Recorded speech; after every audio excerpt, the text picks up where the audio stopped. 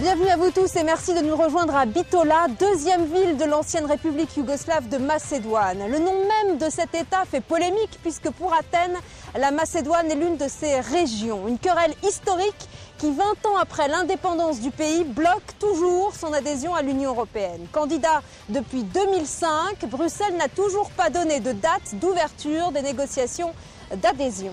Au cours de ce voyage, nous verrons d'abord que les associations de journalistes macédoniens se plaignent d'entraves à la liberté de la presse, une critique reprise par Bruxelles.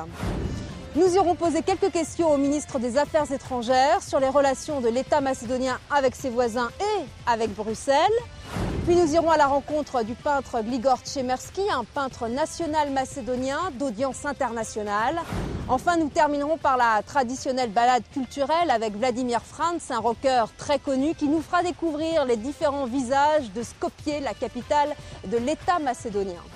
Mais tout d'abord, l'entente n'est pas toujours au beau fixe entre les différentes communautés. La minorité musulmane albanaise, 25% de la population réclame plus d'autonomie. Malgré les accords de paix signés en 2001, le malaise perdure et les incidents tournent parfois au drame. On regarde le reportage d'Alix Le Bourdon. C'est dans cette rue, à l'écart du centre-ville de Gostivar, que le drame s'est produit. Le 28 février, un policier d'origine macédonienne tue 2 jeunes de la communauté albanaise. Aujourd'hui, ces 2 proches d'une des victimes restent traumatisés par la violence du geste. Le policier a vidé son chargeur, il a tiré 15 balles. Il a aussi menacé les personnes qui tentaient de mettre fin à l'altercation. Une dispute qui serait partie d'une simple histoire de place de parking. Le jeune homme avait 26 ans. En plus de la tristesse, c'est la révolte qui anime sa famille. Dans le monde, on n'a jamais vu un policier qui tue 2 personnes pour rien. Ici, les Albanais sont tués et c'est quelque chose de normal. La mort de ces 2 jeunes a été le point de départ d'une vague de tensions interethniques dans le pays. Pendant des semaines, certains quartiers de Skopje sont devenus le théâtre de violents affrontements. Des citoyens d'origine macédonienne ont été visés. La réaction est immédiate, 2000 personnes dans la capitale pour une grande marche de la paix. Ces tensions ont fait ressurgir les terribles souvenirs de 2001 lorsque les rebelles albanais avaient défié l'armée macédonienne. Les violences avaient débouché sur les accords d'Ohrid gravant dans le marbre de la Constitution une répartition des postes en fonction de quotas ethniques, un système communautariste arrivé à bout de souffle, selon cet activiste. Le problème, c'est qu'après les accords d'Ohrid, les tensions ont continué. Je pense que cet accord a institutionnalisé les divisions. Depuis l'obtention du statut de candidat en 2005, Skopje piétine sur la voie de l'adhésion. Bruxelles n'apprécie guère les poussées de fièvre entre les citoyens d'origine macédonienne et ceux d'origine albanaise, qui représentent un quart de la population. Vu la riche histoire de ce pays et de cette région, la composante ethnique doit être prise en compte. Mais j'appelle ici toutes les parties à ne pas utiliser ces incidents à des fins politiques.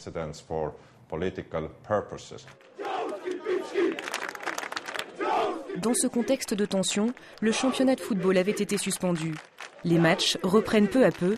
Test suprême, la rencontre entre les 2 équipes de Tetovo vit la majorité albanaise. Dans le stade, l'ambiance est électrique entre les supporters. Le match le plus féroce ne se joue pas sur le terrain, mais dans les gradins. Côté albanais, on défie son adversaire de la tribune opposée, à grand renfort d'insultes outrancières à caractère ethnique. On ne les aime pas, on ne les aime vraiment pas et on peut causer des problèmes. Nous sommes les meilleurs et on le leur dit. Même scénario côté macédonien, le match ne semble pas être la priorité de ses supporters. Il doit y avoir une rivalité entre les supporters, voir qui sont les plus forts, les plus nombreux. Shkindia versus Tetex, une rencontre que redoutent à chaque fois les organisateurs. C'est toujours très tendu, c'est un derby local, ça sera toujours comme ça. Les tensions interethniques, on les ressent dans les tribunes comme en dehors, mais on a tout fait pour assurer une sécurité maximale. Pourtant, d'un côté comme de l'autre, les équipes sont mixtes. Ici, lors de leur entraînement journalier, les joueurs de Tetex affirment cohabiter sans heurts. L'ambiance est excellente. Nous n'avons aucun problème avec les joueurs albanais. Nous sommes ensemble. Nous sommes ici pour jouer au foot. Macédonien ou albanais, ça n'a pas d'importance. Le président du club est fier de son équipe composée à parts égales de joueurs d'origine macédonienne et albanaise. Il ne s'explique toujours pas la haine qui existe entre les supporters. Si les supporters de Tetex commencent à exprimer des sentiments nationalistes envers l'adversaire, ils insultent aussi une partie des joueurs de leur propre équipe. Un exemple d'entente entre citoyens, encore trop rare dans ce petit pays des Balkans, toujours déstabilisé par ces tensions interethniques. Nous sommes au ministère des Affaires étrangères à Skopje. Merci Monsieur le ministre Nikola Popovski de nous recevoir. Alors on vient de voir un reportage sur les différentes tensions entre les communautés. 10 ans après les accords de paix, qu'en est-il exactement du vivre ensemble entre les différentes communautés macédoniennes ? Les derniers incidents n'étaient que des incidents. Ce qui est très important dans ce genre de situation, c'est la réaction des institutions qui doit être immédiate et qui doit être très nette et très claire sur le respect de la loi. Et je pense que ce message a été transmis et c'est ce qui nous a permis de diminuer les tensions. Ce sont des événements qui peuvent arriver dans les États membres, aussi bien que dans les pays candidats et dans les pays potentiels candidats à l'adhésion à l'Union européenne. Ce que nous essayons de faire, c'est d'affirmer cette position que les institutions de l'État doivent agir et doivent sanctionner les responsables de toutes sortes d'incidents. Le taux de chômage est de 30% dans votre pays, c'est un taux extrêmement important. Que pouvez-vous faire pour remédier à cela ? Quelles mesures comptez-vous prendre ? Il est évident que ce pourcentage de chômage est très élevé et que nous focalisons toutes les activités pour le diminuer. Il faudrait rappeler qu'historiquement, nous avons connu des taux de chômage encore plus élevés. Ils étaient essentiellement liés à la transformation des grandes entreprises socialistes où le suremploi était systématique. À l'époque yougoslave, nous n'avons pratiquement pas eu de chômeurs. Cette transformation vers une économie de marché a fait exploser le taux de chômage. Nous avons en permanence depuis fait des efforts pour transformer notre économie, pour créer un climat favorable aux investissements et diminuer ce taux de chômage. Les efforts dans le cadre de ces réformes nous ont permis d'être classés dans les 3 meilleurs réformateurs sur la liste de la Banque mondiale. C'est dans cet esprit que nous voyons les efforts qui vont se poursuivre dans l'avenir. Enfin, une des conditions pour adhérer à l'Union européenne, c'est le respect des droits de l'homme, mais surtout la liberté de la presse. Récemment, l'Union européenne a froncé les sourcils vis-à-vis de l'État macédonien. Qu'en est-il exactement ? Je pense que c'est un des dossiers prioritaires dans le cadre de l'élargissement. C'est un dossier qui est traité avec une très grande attention de la part de la Commission européenne. Nous avons déjà établi un groupe de dialogue impliquant les représentants du gouvernement, les représentants des associations de journalistes et les différentes parties prenantes. Parce qu'apparemment, le gouvernement serait en train de préparer une loi qui vise à encadrer l'activité des journalistes étrangers. Je ne pense pas que ce soit le cas. La seule différence par rapport au système préalable, c'est que les journalistes étrangers auront le premier contact avec le ministère des Affaires étrangères au lieu d'avoir le premier contact avec le ministère de la Justice. Sinon, la procédure sera toujours la même et il n'y aura aucune modification à ce niveau-là. Ça ne va pas la compliquer ? Pas du tout. Nikola Popovski, merci beaucoup de nous avoir reçus et merci pour cet entretien. C'est la fermeture de la plus grande chaîne de télévision de l'opposition et de 3 journaux qui a suscité de nombreuses réactions. Le pouvoir réfute ces accusations et estime qu'il n'a fait qu'appliquer la loi. Alix Le Bourdon a mené l'enquête pour nous. Le ministre des Finances s'exprime à 12h et le gouverneur à 14h. L'exercice est encore tout frais. Collé est rédacteur en chef de cette équipe depuis à peine 3 semaines. Le Nouveau Quotidien revendique une totale liberté d'expression. Une ligne éditoriale bien difficile à appliquer dans ce petit pays des Balkans. Dans ce pays, le journalisme est tombé bien bas. Par exemple, si vous avez un article virulent envers l'opposition, personne ne va aller les appeler pour connaître leur version de l'histoire. Ses confrères viennent pour la plupart de l'ancienne chaîne d'opposition A1, un média fermé l'été dernier sur ordre d'un tribunal de Skopje.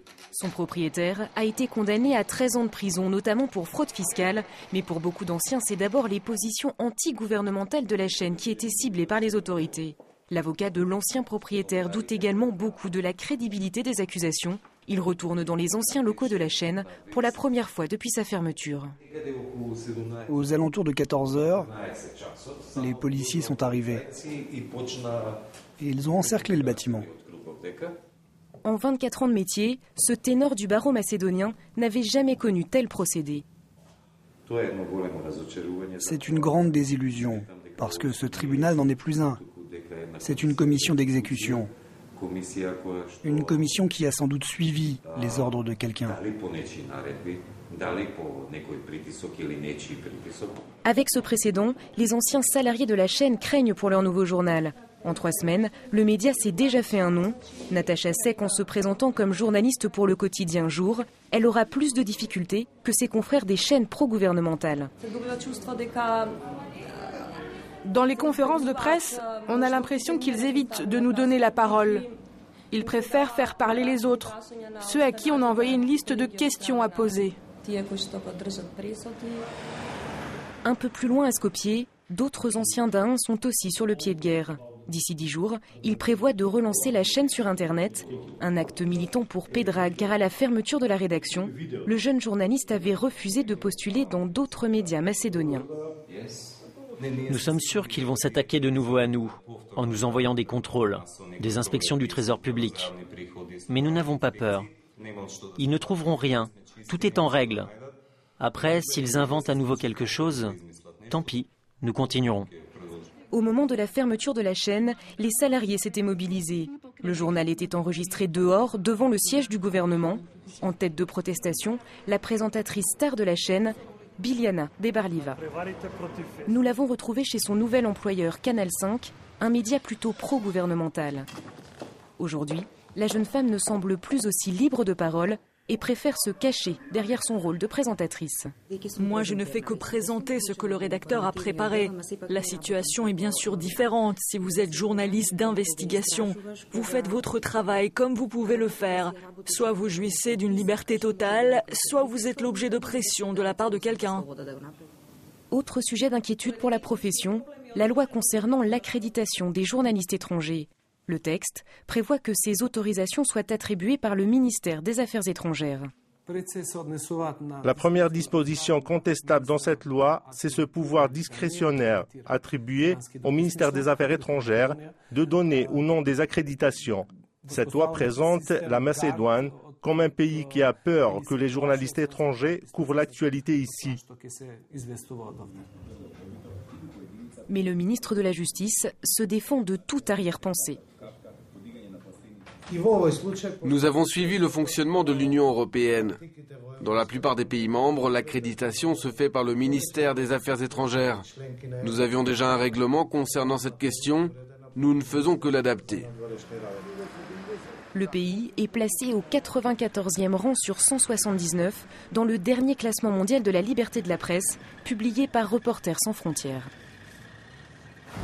Si la presse connaît des difficultés, ce n'est pas le cas de l'art. Ici règne la devise « Toute liberté en art » et le peintre que nous allons rencontrer partage bien sûr ce jugement, c'est Grigor Tchemerski, un peintre très célèbre en République de Macédoine. Bonjour Grigor Tchemerski, merci de nous accueillir dans votre atelier. Alors dans vos toiles aux couleurs très vives, est-ce que vous peignez l'âme de la République de la Macédoine? Depuis que existe la Macédoine et toute la Méditerranée, la peinture était son premier visage. Les fresques et les icônes appartiennent à ce magnifique héritage.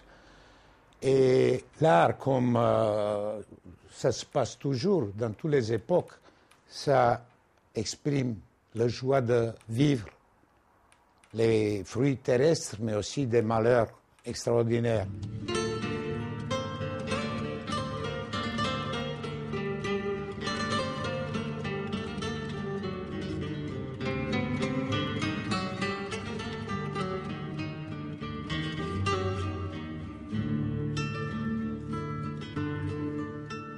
Est-ce que vous pouvez nous commenter cette toile? Je suis né dans un paysage près de la ville antique de Stoby, où vous avez toujours l'impression que les satyres de l'époque se mêlent avec les garçons qui jouent près de la rivière. C'est un jeune homme de l'actualité qui est au milieu de la vigne. Et j'ai l'impression que toute la nature arrive vers lui, passe par lui, rentre par lui.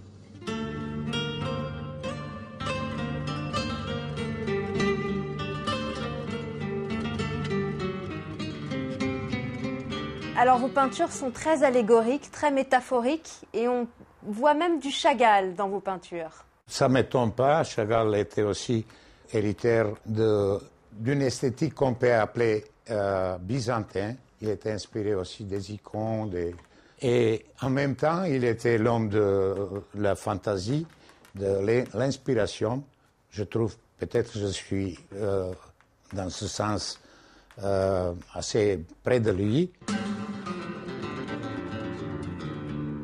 Vous n'êtes pas qu'un peintre, vous avez également réalisé une grande fresque en céramique. Alors est-ce que c'était une commande et que représentait cette fresque? C'est l'épopée macédonienne de se libérer des différents envahisseurs.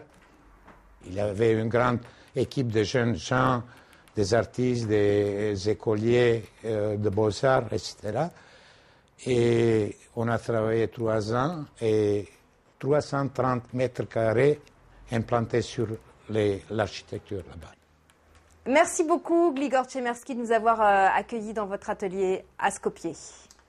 Merci à vous et vous êtes toujours bienvenus. C'est la fin de la première partie d'Europe District. On se retrouve dans quelques minutes après la pause pour la deuxième partie.